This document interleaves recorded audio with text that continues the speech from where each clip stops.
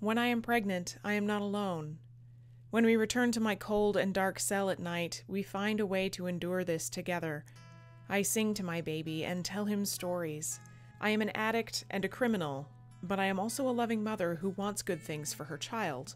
Seeing my doula is the only thing that is helping me get through this. The Minnesota Prison Doula Project helps these women and others like them by providing doula care and education services for incarcerated pregnant women to ensure their babies get a healthy start to life. A doula is a trained professional who provides informational support, emotional support, and physical support to women in birth. So currently we provide doulas in the prenatal and into the postpartum period for incarcerated mothers and mothers who are returning to community from local jails. We also are providing prenatal education and postpartum support groups. What is at the heart of our project? It is hope, giving people hope for their life. That's something that we do, is empower these moms, show them an example maybe they didn't see growing up. Being able to show them this is how you can bond with your baby, and these are the benefits. When there is an experience like incarceration that's kind of stripping away privacy, respect, dignity, empowerment from these experiences, it's interfering with that bonding process. Your baby deserves all the love that you can possibly give your baby. Make it as good of an experience as you possibly can. We walk alongside of them that whole time to try to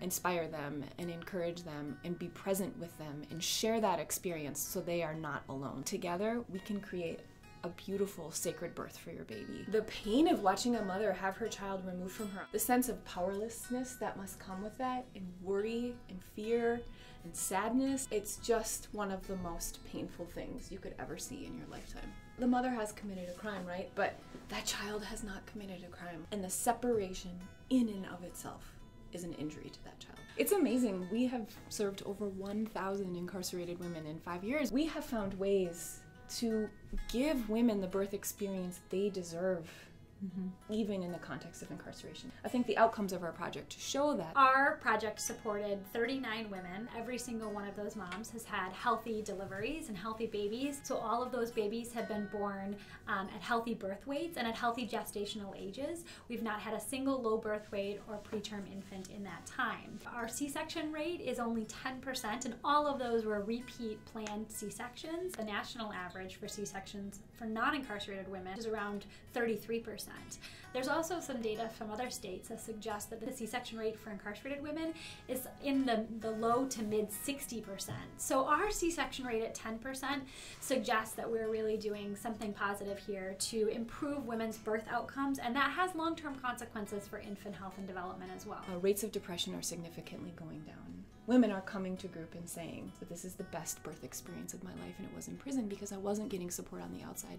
And now that I'm incarcerated, you know, I'm sober, I'm getting my needs met, I'm clear-headed, and now I can go on the outside and I realize I can improve my life, and it's okay to ask for help.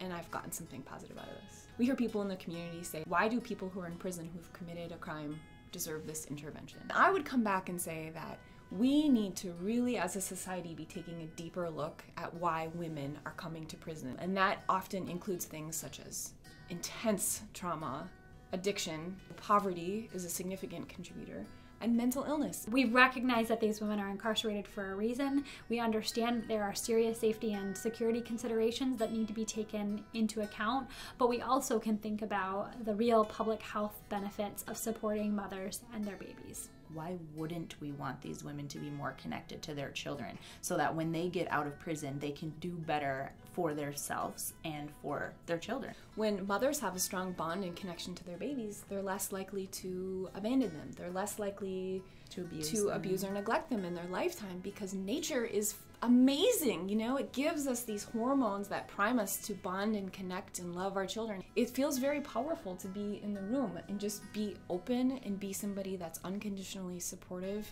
and respectful and kind of offering people a little piece of dignity in their life where they've lost so much of that.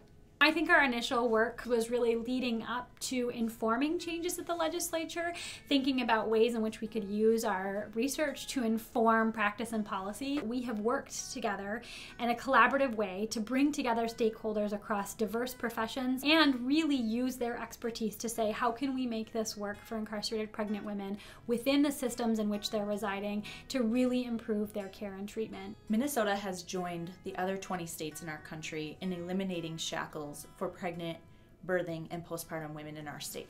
Part of our state's anti-shackling legislation, women are entitled access to a doula if they choose in the prenatal or postpartum period, and that's unique to Minnesota. It's not offered anywhere else in the country at this time.